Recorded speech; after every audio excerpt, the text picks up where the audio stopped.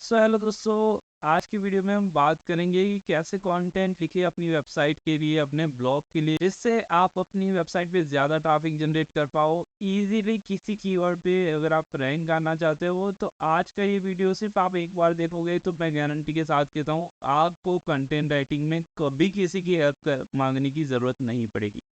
तो without time waste किए screen पे चलते हैं। पर अगर उससे पहले आप नए आए हो तो यार लाइक शेयर सब्सक्राइब कर देना। ये पीडीएफ की लिंक मैं डिस्क्रिप्शन में दे दूंगा, तो वहां जाकर आप इजीली डाउनलोड कर सकते हो। विदाउट टाइम वेस्ट किए चलते रहे स्क्रीन के ऊपर।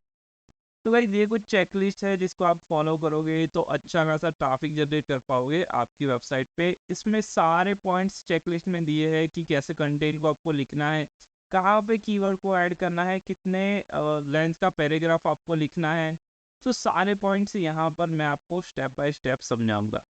तो गाइस पहले आपको एक चीज़ मेक श्योर करनी है कि जब भी आप आपके ब्लॉग का कंटेंट लिखो या फिर आपकी वेबसाइट का कंटेंट लिखो तो पहली चीज़ है कि keep this in mind while writing your blog post. तो पहले स्टनिंग हेडलाइन होनी चाहिए। देखो आपने अक्सर न्यूज़पेपर में देखा होगा कि वो लोग हेडलाइन इतनी अच्छी लिखते हैं कि ताकि आप पूरी स्टोरी पढ़ सको। तो अगर आप अच्छे से आपकी वेबसाइट की हेडलाइन या ब्लॉग की हेडलाइन नहीं लिखोगे जिससे लोग क्लिक करें, ठीक है, वो आई कैचिंग हो या फिर कोई क्यूरियोसिटी जनरेट करे, ऐसी अगर आपके पास हेडलाइन नहीं है तो कोई भी बंदा आपकी वेबसाइट या ब्लॉग टॉपिक नहीं पढ़ेगा। ठीक है, तो ट्राई करो कि हेडलाइन अच्छी लिखे। कैसे लिखनी है वो भी आगे बताता हूँ। देखो यहाँ पर कैसे अमेजिंग हेडलाइन लिखनी है वो मैं आपको दिखाता हूँ आगे।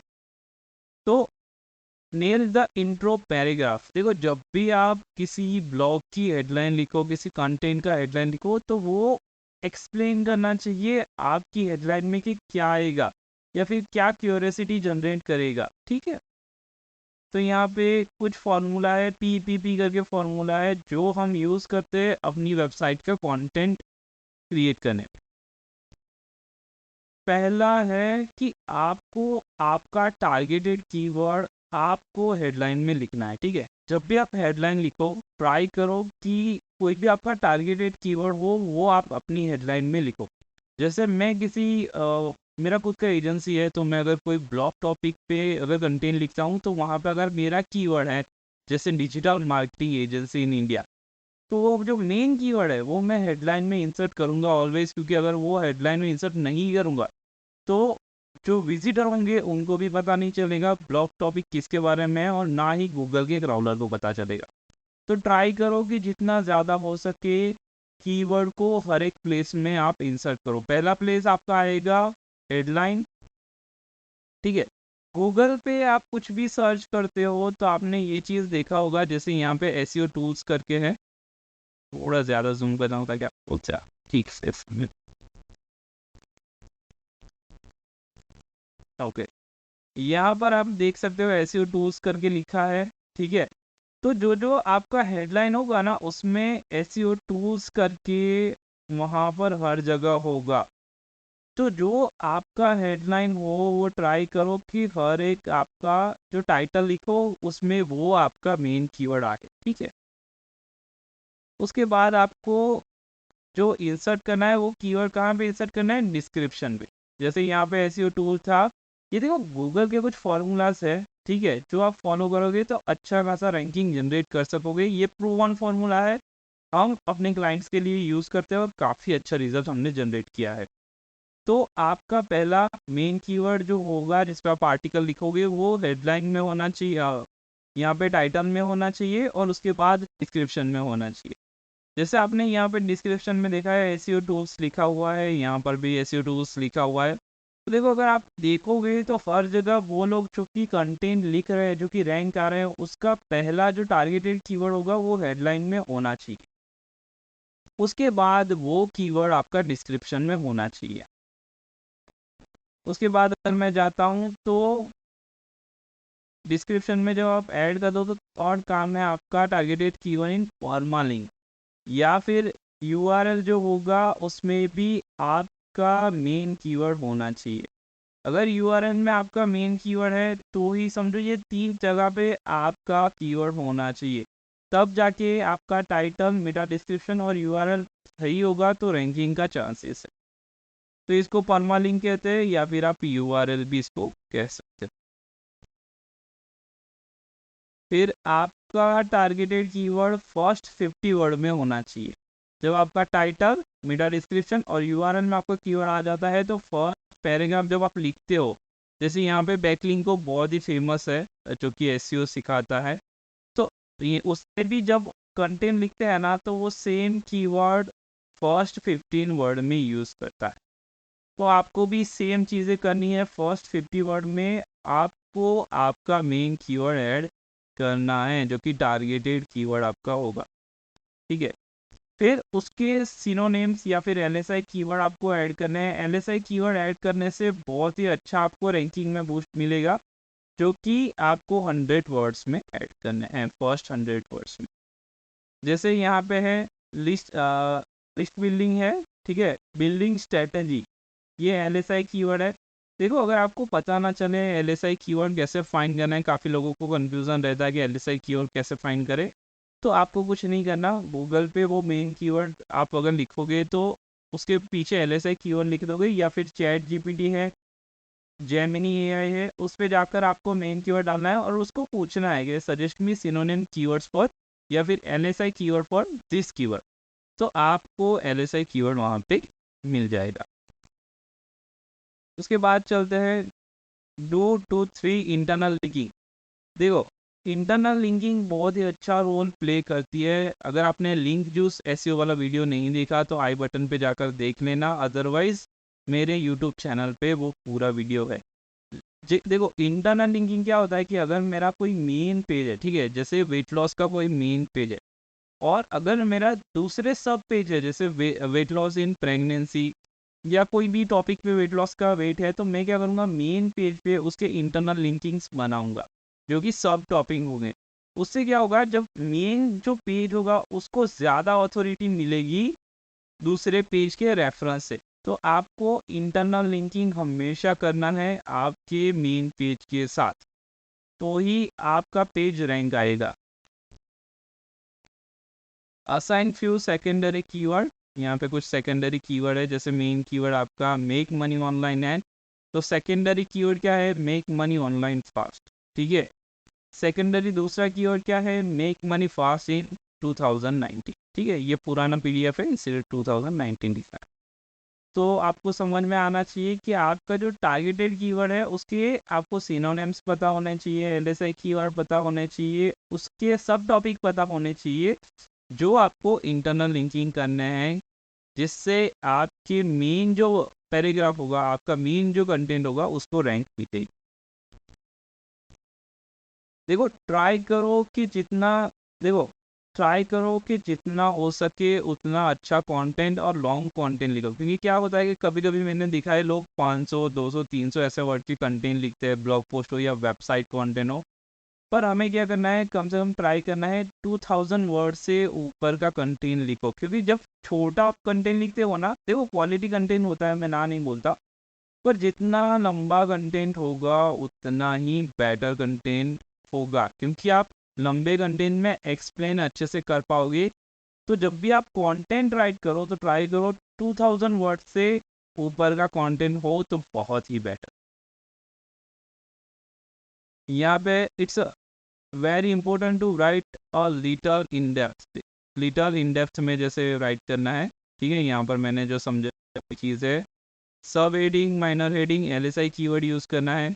जैसे अगर मैं लिखता हूँ डिजिटल मार्केटिंग, ठीक है, उस पर अगर मुझे कंटेंट लिखना है मेन पे, तो सब हेडिंग क्या आएगा, डिजिटल मार्केटिंग, मार्केटर सैलरी आएगा, डिजिटल मार्केटिंग कोच आएगा, या digital marketing career, how to build digital marketing, how to build career in digital marketing. ऐसे मुझे सब हेडिंग्स भी हमारा जो मेन हेडिंग होगा उसके रिलेवेंट लिखना है, ठीक है। और देखो, आप ट्राई करो कि जब भी कोई भी कंटेंट लिखो तो उसका आउटलाइन चैट जीपीटी, बार्ड या ऐसे कुछ सजेशन पूछ लो पहले, क्योंकि क्या होगा कि एआई से आप सजेशन पूछो, एआई वाला कंटेंट आपको वेबसाइट पे नहीं डालना है, ये मेक श्योर किए, क्योंकि एआई कंटेंट वेबसाइट पे जाएगा तो बहुत हार्म करेगा आपकी वेबसाइट को। उससे बेटर है आपको सिर्फ एआई कंटेंट से आइडिया लेना है और उससे हेडलाइन लिखकर आपको कंटेंट लिखवाना है।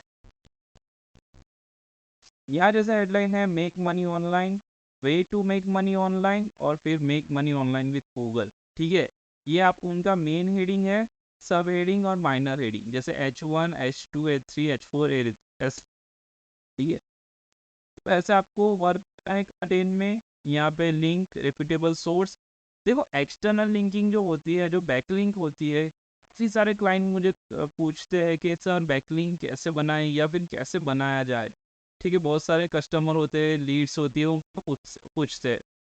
तो देखो हम जब भी बैकलिंक लेते हैं तो हमें एक चीज़ मेक श्योर करनी है कि उसका जो स्पैम स्कोर हो, ठीक है, स्पैमिंग स्कोर वेबसाइट को, वो 5% से ऊपर नहीं जाना चाहिए। 5% से ऊपर अगर आपकी वेबसाइट का स्पैम स्कोर है तो रैंकिंग में बहुत ही टाइम लगेगा। तो हाँ, सामने वाली वेबसाइट जहाँ से हमें बैकलिंक लेना है उसका ऑथोरिटी स्कोर ज़्यादा होना चाहिए। ट्राई करो कि 20-30 से ऊपर का स्कोर हो तो बेटर है। ठीक है, जितना 100 में से जितना पास का स्कोर हो उतना बेटर है। और दूसरी चीज़ स्पैम स्कोर कम होना चाहिए और रिलेवेंट होना चाहिए।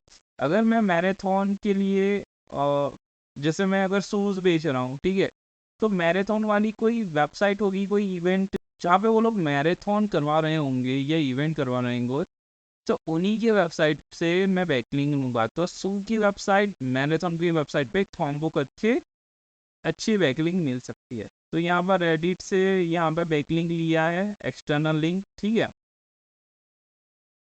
Show don't tell. ठीक है, डोंट जस्ट टेल।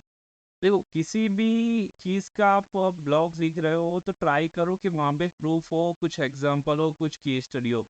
क्योंकि आप सीधा सीधा वहाँ पर अगर ब्लॉग लिख दोगे तो कन्वर्जन का, अगर आप सर्विस या प्रोडक्ट कोई बेच रहे होंगे ब्लॉग के ज़रिए, तो कन्वर्जन का चांस बहुत ही कम हो जाता है। तो ट्राई करो जब भी आप वेबसाइट पे कुछ वहाँ पे प्रूफ दे सको, कुछ एग्जांपल और कुछ केस स्टडीज दे सको। क्रिएट योर ग्राफिक्स, यहाँ पे ग्राफिक्स का है। ठीक है, free photos can decrease your site conversation. देखो जो स्टॉक फोटोज़ होते हैं कभी भी यूज़ मत करो। कैनवा जैसी बेसिक ग्राफिक डिज़ाइन जैसी वेबसाइटें आती है, वहाँ पर भी जाकर आप फोटो क्रिएट कर सकते हो। ट्राई करो जितना ज़्यादा हो सके खुद ही ग्राफिक्स करो या फिर किसी प्रॉपर ग्राफिक डिज़ाइनर से करवाओ। क्योंकि क्या होता है, स्टॉक इमेज अगर सेम स्टॉक इमेज हर जगह पे होती है तो ज़्यादा चांस है कि आपकी वेबसाइट पे रैंकिंग कम हो जाए। ठीक है, और कन्वर्जन भी कम हो जाए। तो ट्राई करो यूनिक आपको फ़ोटोज़ रखने हैं आपकी वेबसाइट पे। जैसे मैंने यहाँ पे बताया कैनवा, ठीक है, फोटोजेट है, फोटोशॉप है, पर कैनवा सबसे ईजी है क्योंकि मैं अपने खुद के ब्रांड के लिए कैनवा यूज़ करता हूँ। तो आपको भी सेम चीज़ यूज़ करनी है। कैनवा आप ट्यूटोरियल देख सकते हो बहुत सारी जगह पे। थंबनेल का ट्यूटोरियल मेरी यूट्यूब चैनल पे, जहाँ पर जाके आप देख सकते हो कैसे मैंने स्टनिंग थंबनेल बनाया है। तो बहुत ही इजी है, जाकर आप ज़रूर से चेक करिएगा। सिंप्लिसिटी ड्रिवन, ठीक है, you are explaining to someone who has zero experience और नॉलेज। देखो जब भी आप कंटेंट लिखो तो ये चीज़ ज़रूर से आपको समझ आनी चाहिए कि जो सामने वाला पढ़ने वाला हो वो एक्सपीरियंस बंदा नहीं होगा, स्किल्ड पर्सन नहीं होगा। तो आपको कंटेंट इतना स्मूथली लिखना है कि किसी भी बंदे को समझ में आ सके, ठीक है, उसके इंटेंट के हिसाब से।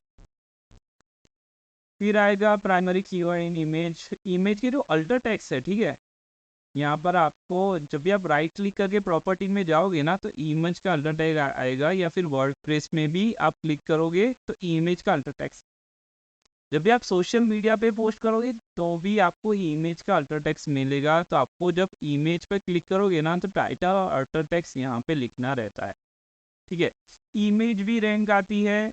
मेरा इमेज का भी वीडियो है यूट्यूब पे, आप देख लेना इमेज का एसईओ कैसे होता है, उसमें मैंने ये चीज़ें एक्सप्लेन किया है। फिर यहाँ पे target keyword image name, title और अल्टर टैग में लिखना है। ठीक है, always add share button. Social media plugin जैसे आपको यहाँ पर वेबसाइट में दिखाया गया है कि आपको शेयर बटन हमेशा आपकी वेबसाइट पे रखना ही चाहिए। क्यों रखना चाहिए? क्योंकि जब आप ब्लॉग लिखते हो किसी बंदे को अच्छा लगा तो वो उसके सोशल मीडिया पे शेयर करे। या फिर आपका सोशल मीडिया वो विजिट करेगा, जिससे आपके बिजनेस को फायदा होगा, आपकी ब्रांड की ऑथोरिटी बढ़ेगी। तो ट्राई करो कि सोशल मीडिया का शेयर बटन आपकी वेबसाइट पे होना चाहिए, ईमेल ऑप्ट-इन का ऑप्शन होना चाहिए। जितने आप ज़्यादा ईमेल रखोगे सब्सक्राइबर, उतना ही आपको कन्वर्जन अच्छा मिलेगा अगर आप कुछ भी सेल कर रहे हो तो अगर ब्लॉग वेबसाइट है तो यहाँ पर आपको कहीं ना कहीं ईमेल का ऑप्शन होना चाहिए। कुछ भी चीज़ें, जैसे किसी भी बंदे ने अपना नेम ईमेल आईडी दिया, ठीक है, तो आप उसको फ्री बुक दो, फ्री कोई प्रोडक्ट दो, कुछ पीडीएफ दो, कुछ टूल्स दो, जिससे उसका काम आसान हो जाए। तो उससे क्या होता है कि अगर किसी बंदे को आप कुछ देते हो तो ही बंदा ईमेल आपका फील करेगा उसका आपके फॉर्म में। तो यहाँ पे get article magic e book, यहाँ पे ई बुक दिया है, तो जिस बंदे को ई बुक चाहिए होगा वो नेम ईमेल आईडी फिल करेगा और यहाँ से गेट दिस ई बुक आएगा। तो क्या होगा कि आपको उस बंदे का ईमेल आईडी मिल जाएगा जो आपका विजिटर होगा, वो इन फ्यूचर जब आप ईमेल मार्केटिंग करोगे तो वो आपका कस्टमर बनेगा। उसके नीचे हम चलते हैं, does your blog post has intent. देखो हमेशा चेक करना है कि जो आप ब्लॉग पोस्ट लिखो वो किसी इंटेंट के नीचे आता है कि नहीं आता। देखो मैं ये काफ़ी नए ब्लॉगर को सजेस्ट करूँगा, कंटेंट राइटर को सजेस्ट करूँगा कि देखो ज़्यादा से ज़्यादा कंटेंट मत पब्लिश करो। अगर आप एक महीने में समझो कि 6-8 कंटेंट पब्लिश कर रहे हो पर कंटेंट पे उतना विजिट नहीं आ रहा, ना ही कोई पढ़ रहा है, ना ही रैंक आ रहा है, तो कोई मतलब का नहीं। तो कंटेंट क्या होता है कि जब आप लिखो ना, एक महीने में अगर 1 या 2 कंटेंट भी लिखते हो पर सामने वाले को फ़ायदा हो ऐसा कंटेंट होता है, तो ही आपकी वेबसाइट पे विजिटर आएंगे और कन्वर्जन होगा। तो ज़्यादा क्वांटिटी पे मत जाओ, क्वालिटी कंटेंट पे ध्यान दो। ठीक है, जब भी ब्लॉग पे या आपका कंटेंट कोई भी बंदा पढ़ने आए, आप खुद पढ़ो और देखो कि अगर मैं ये चीज़ पढ़ता हूँ तो कोई भी बंदा एक्शन लेगा कि नहीं लेगा, ये खुद आप डिसाइड करो। अगर आप ब्लॉग पोस्ट लिखते हो, वहाँ पे इमेज होने चाहिए, वहाँ पे अगर आप ट्राई करोगे तो इमेज, वीडियो, ठीक है, call to action button, call to action button, ऐसी सारी चीज़ें अगर आप रखते हो तो ज़्यादा चांस है कि लोग आपकी वेबसाइट पे कन्वर्ट हो, अदरवाइज वेस्ट ऑफ टाइम है। तो नेक्स्ट स्लाइड पे चलते हैं, does your content has call to action. जैसे मैंने बताया कॉल टू एक्शन होना ही चाहिए। कॉल टू एक्शन मतलब कोई भी बंदा बटन पे क्लिक करे, आपकी प्रोडक्ट बाई करे या सर्विस बाई करे या फिर आपका जो फॉर्म हो वो फिल करे, ठीक है। अभी कॉल टू एक्शन क्या होगा कि जैसे कुछ है, ओनली एक्स डेज लेफ्ट, सिर्फ 3 दिन लेफ्ट हुए हैं, ये limited time offer, immediately coming soon, sorry closing soon, last chance, hurry, immediately now, ये सारे कॉल टू एक्शन है। अगर कोई भी वेबसाइट पे आप जाते हो तो इनमें से काफ़ी सारे ऑप्शन आपने देखे होंगे।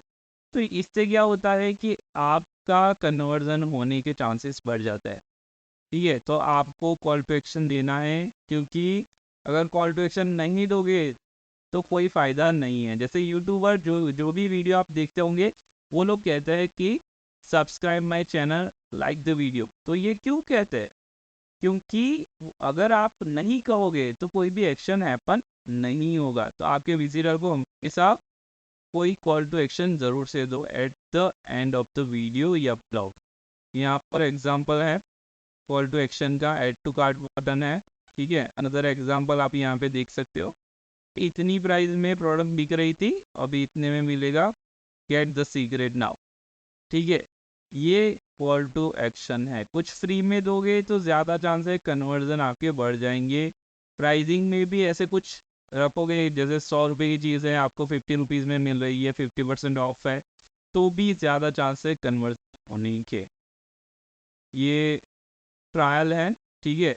अगर आपको लगता है आपकी प्रोडक्ट रिस्की है तो ज़्यादा लोग नहीं लेंगे या कुछ भी पैसों का दिक्कत आ सकता है, तो ऑलवेज मेक श्योर करें कि उनको फ्री ट्रायल अगर दे सकते हैं। डिजिटल प्रोडक्ट है तो फ्री ट्रायल के ज़्यादा चांसेस है, तो फ्री ट्रायल दोगे तो ही ज़्यादा आपका बिजनेस बूस्ट होगा। यहाँ पे देखो मैजिक बुक का, यहाँ पर आप मैजिक बुक चाहिए तो फिल करो डिटेल, क्लिक करो, आपको ईमेल में मैजिक मिल जाएगी।